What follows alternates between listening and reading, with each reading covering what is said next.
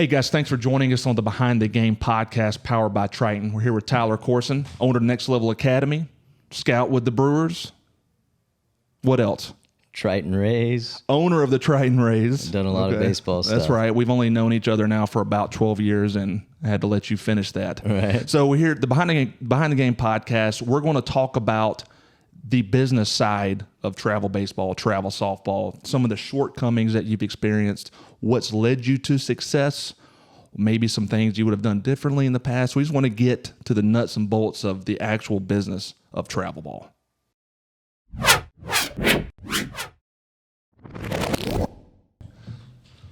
Talking about branding.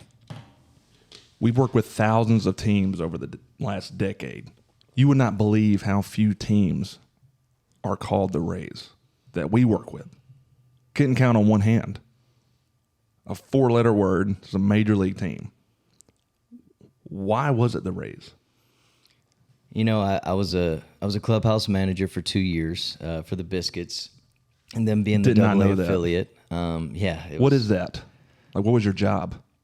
It's pretty intense. It doesn't sound that cool when I say it out loud, but clean cleats, wash clothes, put out the pregame spread. Mm-hmm. No, it was more fun. You know, there was a lot involved. New players come in, you set their lockers up, you make sure all their clothes are in their stuff, or in their setup. You put the pregame spread out, the after game, you make sure the baseballs are ready for the umpire. You got your bat boys lined up for all their stuff. It's a pretty cool gig. To be a 16 and 17-year-old kid doing that was pretty awesome. Just because you're around guys that you know are going to make it to the big leagues, and when they get called up to AAA, they're usually emptying out their lockers and giving it all to you. Right. So that kind of had a little effect on it. And when I tried to figure out a name, I figured, hey, we probably shouldn't be the Biscuits. That'd be weird. So let me just be the Rays. Yeah, and there's nothing wrong with if you name your team the Elite, the Tigers, Rebels. That's fine. That's up to you as your team. But we work with dozens of teams, different teams every year that have that exact name. Right, yeah. So if you go to a tournament, there's a good chance there's going to be another Tigers or an Tigers Elite. I'll tell you, that brings me to a story. So we went to Cooperstown when I was younger. I think I went 10, 11, and 12 years old. Awesome trip. Again, I don't remember how I hit or anything, but the trip was a blast. There was a team there called the Mama's Boys, and that forever has stuck in my head. You know, my team was called the Montgomery Thunder. There were the Dallas Tigers, all these different teams there. But the Mama's Boys from California, I'll never forget, just because the name was so unique. And when I did create the Rays at that time, I didn't realize it really wasn't used very often. Mm-hmm. But as I got deeper into it, I was kind of pumped that there wasn't any Rays out there. It kind of really stood out for us. Well, it's a clean slate when you're starting your own team. Oh, yeah. It's a clean slate because new organizations have to view themselves as a business. Yep. You know what I'm saying? Yep. They have to plan for the long-term growth because in the beginning you're thinking, hey, we're just starting a new organization. We've got one team. Let's just find a logo online. Let's call ourselves the Phillies. Yep. You know, let's call ourselves the Tigers, the Braves, whatever. And that seems fine for that point. But you want to plan as if you're going to grow your organization to a national 100%. Organization. 100%. So to your point about the Mama's Boys, if they were a national organization, I don't know if they were or not, but if they were a national organization, everybody would know. 100%. The Mama's Boys. Something unique like that. Everybody's going to know it. That's going to help with recruiting. Oh, yeah. Because, you know, who's the Mama's Boys? Where are they from? I'm sure you probably you tried to go talk to some of their players. Hey, where are y'all from? Yeah. You know? Yeah, that's awesome. Getting and further expanding on that is, along with the team name, creating a brand, creating a logo that is different. Because, you know, again, there's nothing wrong with it. If you find a logo you like and you want to use that, no problem. I think it's vital to have your own. But you have to have your own brand. You have to. That separates you. 100%. It separates you from everybody else. You're just another dude. But if you have something that is created for you, for your organization, that nobody else has ever had, not just something on Google that you add a little something to, a completely new thing. It catches people's eye. That doesn't make it legal, by the way. Right? But it makes it also feel more like personal and more pride in it, because it's something that, you've created. It's your brand. There's nothing else like it. And I think, when you do create an organization, you need to be focused on that long term, but having something that is yours and really nobody else has ever seen it. I've told so many people in the beginning, your goal, as dumb as it sounds, your goal is to have other people who have never heard of you want to buy a shirt with your team name and team logo on it. That should be your goal. Oh, yeah. You may never do that, but that should be your goal. Yep. Create something so unique, has never been seen before, is going to separate you, with the plan of selling stuff later on. Yep. Especially if your organization continues to grow, you add more teams. Mama's boys. I mean, we have people that literally reach out to us via email, Instagram, Twitter, wanting to buy gear just because our stuff is different. We've had some pretty crazy uniforms and whatnot, but because it is unique and it is different, people like it. People that have never seen our teams or anything just came across it online and asked to buy hats or something just because it was, a cool thing. So I think the branding side, the creating your own logos, all of that is vital. We've talked about it before, how one time we were at a field and literally coaches just came up to the field because of the uniforms we had on, and we looked different. So I think the branding side of it and all of that is probably the most important thing that people don't even realize. And to be honest, without you kind of guiding me along on what to do and how to do it, we probably wouldn't be as far as we are now, Right. just because of that. That is cool. Kind of a sidebar that reminded me. So we go set up at a bunch of different events, mainly in the summer around the year. We've taken Triton Rays samples to these events, and people have bought them. People want to buy the Rays. So the cotton candy Rays jersey. Oh, yeah. We had, 3 or 4 of those samples at a baseball youth event last August in Elizabethtown, Kentucky. Those things went like that. People are asking, do you have this in a size medium? Like, no, we don't. All the time. And we're thinking like, man, we should have just made a dozen of these. I know, right? And we did. Every time you give me a uniform, I think the same thing. Yep. And 3 weeks later in Myrtle Beach, I don't know how many we made, or was it 15, 20, something like that. We sold out of just about every single one of them. Just like that. And we're just like, hey, we'll just see how it goes. Yeah. And people are wanting to buy the stuff. But you go back to uniform design. That is a hidden benefit of having a custom branded look. Oh, yeah. Is recruiting. Oh, yeah. Because that's going to people. Where are these guys from? Yep. So we talk about team jumpers and all that. That's a bad thing. But let's say someone's moving. Let's say someone has a legitimate reason to leave a team. Well, we were in Atlanta last weekend and we saw the Triton Rays. Over 3 days, they had 3 different uniforms on. That Triton Rays it's in their head. Yeah. I want to look in. Let's look into them now. Let's look into what kind of organization they run. Let's look into the nuts and bolts of things, and they start. That gets the juices flowing. 100%. Maybe we want to play with them. People like cool stuff. That's why guys go to Oregon. I mean, Oregon has 1 million uniforms and everything. They're the that poster they just child. flooded. They kind of came out of nowhere because they had so much cool stuff, and their branding was awesome. Well, Tennessee Tech. When we worked with them, Division I Tennessee Tech. That was some cool stuff. Their assistant coach. The reason our conversation started was they saw you guys at a perfect game event. Yep. And he literally said, I have to go find out where these guys get their stuff. Yeah, they ended up signing some guys based on seeing those uniforms. Yeah, they did. That came to the field. They did. But that's what led to our relationship with them. An NCAA Division I program saw you guys at the park because you guys stood out. I mean, winning and being successful, of course, wins. But we look cool. But you look cool, and that's battle number one, because that's one thing you can control. Yep. And when you guys have a unique name, we designed a unique logo for you guys. Yep. We added the lightning bolt underneath a couple years ago, which made it even better. Yeah. But with those two things, with 158 different uniform combinations over the past 10 years. Well, that's wild to think it wouldn't fill up this poster right here. I mean, a few of these. That goes into recruiting. Oh, yeah. That's a battle you can win day one. Oh, yeah. And now there is a cost on the front end to that. I mean, people automatically assume we're even better than what we are because when we pull up, all our stuff is fully customized. I mean, even if you flap a hood open or something, there's going to be fully custom inside. So, you got the kids unbutton a couple buttons so people can see they're, fully custom.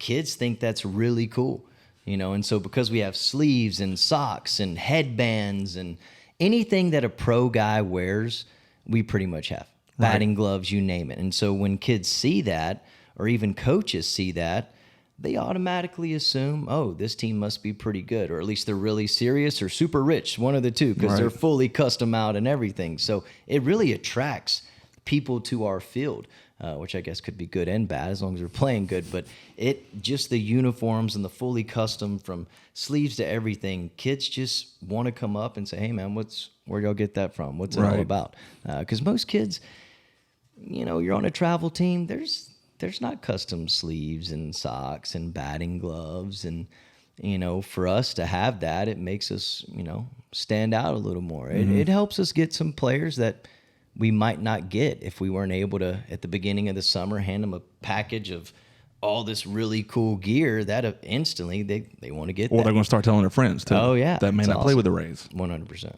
Who probably hit 300, 400. That helps, Right.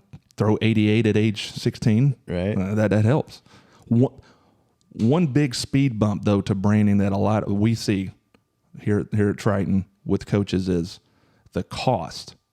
They look at it as, I can go find the logo. I can get Johnny down the street who did graphic design in college back in the 90s. He can design us a logo for $100 and stuff. Custom branding is not cheap. Doing it right is not cheap. I would consider those like short-term people, though.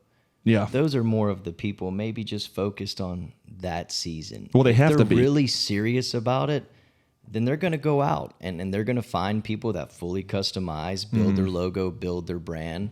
If you're focused on that cost of little nitpicky here and there, you're probably never going to make it, because that's going to be a reflection to everybody else that's a part of your organization. Is some of your uniforms don't match, or your logo's a little funky. I don't even know what that looks like. What does that even mean? Well, some people they want to go to Fiverr, buy a stock logo for $10. Find a stock logo from a stock image website. And if that's what you want to do, that's fine. I mean, I used to print my own stuff. Yeah. You think about it, at the beginning, it was a lot cheaper for me to buy some T-shirts online, get the press, print them.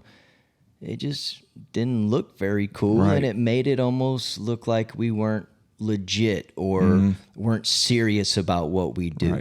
Now with everything fully custom, they know like, oh, this is a serious What goes group. into the long-term play? You got to be looking at the big picture. You 100%. Can't be looking at the now. You have to be looking at the big picture. Yep. And you can't become a nationally recognized organization with a stock logo, or if you're doing your own stuff, or if you're using some guy out of the garage. And there's nothing wrong with that. I'm not no offense at all. I used to be the guy in the garage. Yeah, well, I mean, but there's inevitable shortcomings to that. Yeah, there's what you got to do. But if you invest the money up front to create a brand that is yours with a professional, and you do it right, that is going to help you accelerate the growth of your new organization well into the future. Well into the future. No doubt.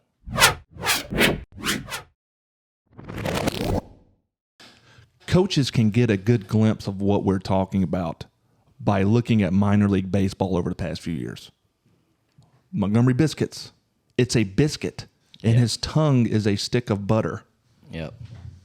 Genius. Look at that. That is completely genius. I remember, because obviously we're less than a mile from Riverwalk Stadium where the Biscuits do play. Right. I remember when they started the organization, or when they announced it was coming here, they wanted to have a contest for a naming contest. Right.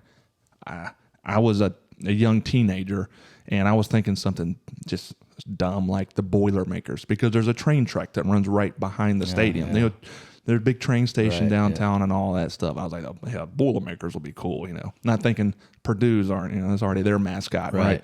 When they announced the Biscuits, I was thinking that is the dumbest name I have ever heard in my life. I did too. What are they doing? Like growing older and getting into this business, it's absolutely genius. Genius. Right? It's genius. Look at just sticking here in Alabama. Trash Pandas. The Trash Pandas I know. in Huntsville, the Rocket Awesome. City Trash Pandas. They rebranded themselves, and now, I mean, they're known, I think around they were the the country. Huntsville Stars before. Yeah. Trash Pandas, way cool. Huntsville Stars got a classic name, classic feel to it. But I mean, Trash Pandas. I mean, their logo is a raccoon in a trash can flying through space. And people go online and buy those hats just because they're awesome. Well, that's what we're getting into earlier. Is your goal should be to sell shirts, sell apparel to people who maybe they don't know you, but the Biscuits there for a few years were leading minor league baseball in apparel sales because they're a biscuit. With it, and they've gone in different iterations of it. They've added bacon to the mouth, and I think bacon on the tongue, and they did a Korean night last year where the biscuit has some sort of Asian theme to it, and so you're seeing a lot of teams they're continually rebranding themselves for the sake of awareness and for the sake of apparel sales. Savannah Bananas. Savannah Bananas are Genius they again. just played here a couple weeks ago. I mean, it's basically a baseball circus in the best way possible. I mean, it's a fantastic show. And the crowd was packed. It because was sold branded out. themselves. But it's a banana. That's genius. And their uniforms are yellow jerseys, yellow pants, and if you like more of a traditional look, that's great. I do too. I like, we have a flannel. We just came out with a flannel category a few months back, which has it's just a nostalgia on a uniform. Yeah, I love it. Awesome. But if you do want to go all out and have a Savannah Banana style, have a yellow jersey and a yellow pants, everybody is going to know when you arrive to the ballpark. Oh yeah, or a flower theme, or a flower theme. So it's. Or have pinstripes that say "Wake and Rake." Text within the pinstripes. Right. Well, I mean, within the 158 uniforms we did for you guys, there's quite a few themes. Yeah, but probably too many. My favorite was the NASA jersey. Yeah, that we did for you guys with your one. team in Huntsville, because obviously Huntsville had a big role in the NASA and the race to space and all that. But when we created a Rays logo that mimicked the NASA logo. It was on top of the moon. Yeah, that was cool. Yeah, Neil Armstrong's quote worked into the back number. Cool. I can't remember. It's crazy how you remember all that. Well, that was my favorite one. I can't remember the name of the ape that was sent into space. He was on the back. Yeah, it was. That's awesome. He was there. We worked in a blueprint of a shuttle on the back above the number. Mm-hmm. You have to be up close to see it, but it's that kind of that level of customization that helps set you guys apart. Now, not every one of the 158 jerseys had that level of customization, but every single one of them was created from scratch. Oh yeah. Well, all right, NASA. I was taking NASA off the table. What was your favorite? It's really hard to choose a favorite. I'm more of a traditional guy, but honestly, the cotton candies have been a big thing. Everybody loves those. I was really skeptical, but on the field with the sleeves, the socks, it's pretty cool. Man, the ABCA show in Chicago in January, we had that on a mannequin, and even coaches who wouldn't want their team to wear it. They walked up and they're like, we had something kind of, I wouldn't want my guys wearing it, but that's a cool uniform. It was just kind of that same thing. And then the other half of coaches come up saying, I've got to have that. Oh yeah. I personally don't like it. My kids will love that. My kids would want to play in that. Oh yeah. Kids love it. And we had the flannel uniform that we did for you guys last summer on a mannequin. So it was kind of covering both ends of the spectrum where you had the cotton candy on one side, the flannel on the other side, just showing. The flannels are sharp. I think we've had them in cream, navy, Columbia, and the new ones that are coming in as we speak, Carolina and Vegas flannel. Yeah, that's right. That's going to be cool because those haven't been seen. The flower ones were cool. Everybody loved those. The Hawaiian theme. That's almost like a classic. unique jersey because with pinstripes. With That was impressive, and we pulled it off. Yeah, people literally would try to buy those jerseys at tournaments. Yeah. Well, going back to what I was talking about at some of the events, the baseball youth event where we were selling y'all's jerseys, there was one lady.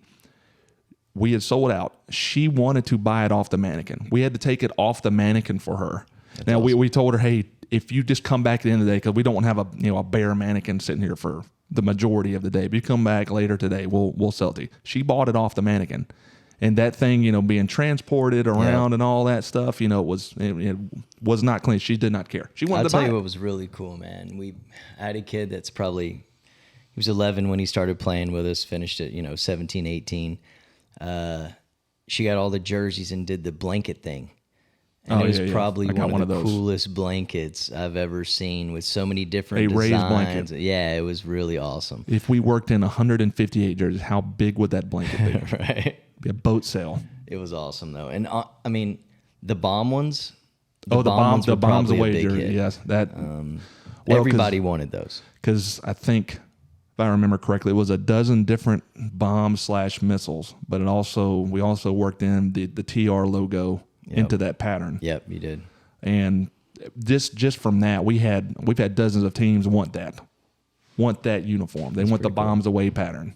So that was cool. It had a nautical theme to an Air Force theme to it as well. Kind of overlaid on top of that. Like a Top Gun thing. But man, it's just a conversation we're having. It is so important for coaches to brand their organization in as unique a way as possible. If you're really serious about having an organization that people are going to recognize, you got a brand. There's no way around it.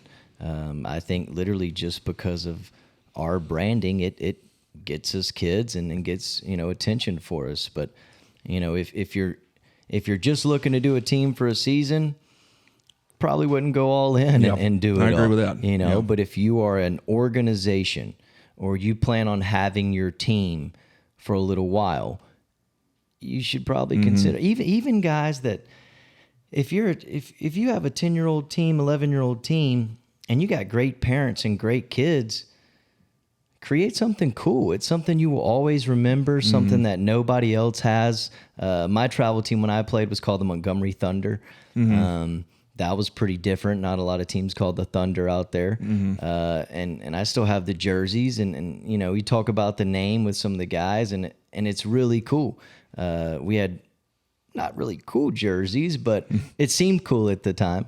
I think anybody that's really serious with at least the organization side, you got a brand, and with the uniforms, I'm at the point now I go big or go home. Right. But that really in the beginning you told us, look, man, no restrictions.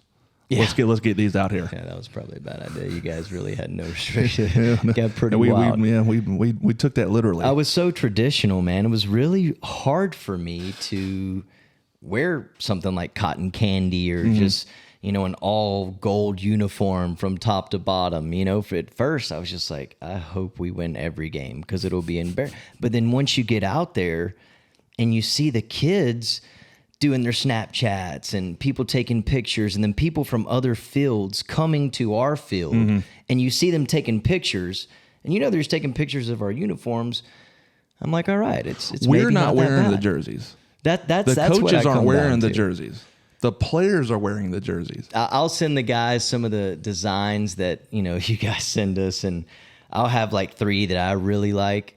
And it'll be completely opposite of and theirs are just the craziest, most exotic ones. Yeah. And I was just been so traditional, but realizing us being kind of exotic and having some cool stuff really did set us apart. And I think that's been vital just to our growth. Just to the cotton candy jersey. Before we did because it takes a few weeks to get the uniforms in, so we hadn't done the photo shoot yet, but I remember when you tweeted the cotton candy design. Some of the comments on there. A few haters. This isn't baseball. This isn't that. This isn't that. But it goes back to the kids are wearing the uniforms. And what was the vote? So you let your kids vote on the uniforms. Every kid voted to get the cotton candies. Wasn't there one dissenter? Wasn't it 35-1? Yeah. Or did they talk him into making it 36-0? He didn't want it because he was uncomfortable in the pink. He thought it was a little too much, too softballish. And then But the other 35 kids talked they him kind of into bullied it. him into it. Like, hey, bro, we're wearing these. These are sick. But We're that goes getting into them. but the coaches, we're not wearing it. The parents aren't Once I wearing it. realized when we were walking around and people were taking pictures, I was like, wow, this is a big deal. Then we go to Chick-fil-A and people are coming up to get pictures with our guys at Chick-fil-A. I was like, okay, I understand why we're doing this now. You know, for me, when I'm on the field, I'm just sitting there like, oh man, you know, this is We're tough. in a social media You know? world, like it or not. Yeah. You know, it's the way it is. It is, and honestly, it spread us. People tag us in photos, just saying, you know, some about our uniforms, and it's really kind of spread us more of on a national brand, really even international. We have students, you know, from all over the world at our school, and really the branding is what got us to that point. You know? Well, it's what made you guys the Oregon of travel baseball. Yeah, You know, everybody 'cause says that. It's like I I'm said, cool with that. 158 uniforms, and there's 4 new ones coming in. Oh yeah. So here in a few days, it's going to be a 162. Wow. Thanks. So I don't, for the fall, or actually for later this summer, we've got to start brainstorming again. Yeah. So We'll be at 200 before you know it. yeah, that's the goal. Yeah. I guess it's a big goal.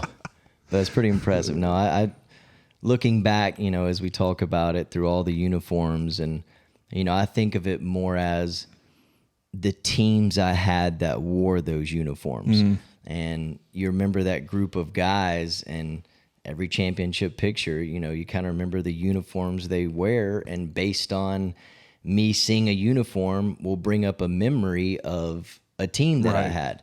And that's why I do love the, you know, the whole branding and the personalization side, is because each uniform, because you do make us change every season, you know, you kind of, it's personal for that team, and it's really cool. So for me, I've definitely thankful that you guided me to the branding side, because I didn't really realize how big it was, you know, just pressing stuff in the garage, which was cool, but people didn't think it was as cool. You know? Well, you know, we like doing it. Right. That's our jobs. Right. You know, and especially when you put no restrictions on it, then it's like, Yeah. oh man, Yeah, at first I thought that was a bad idea, but now I'm pretty glad I did. I found the pot of gold at the end of the rainbow. Right. Basically, when you said that. Tyler, man, really appreciate you joining us. This was a lot of fun. We look forward to doing it again. Guys, thanks for joining us on the Behind the Games podcast. Please like, subscribe, all that good stuff. Can't wait to talk to you next time. Thank you.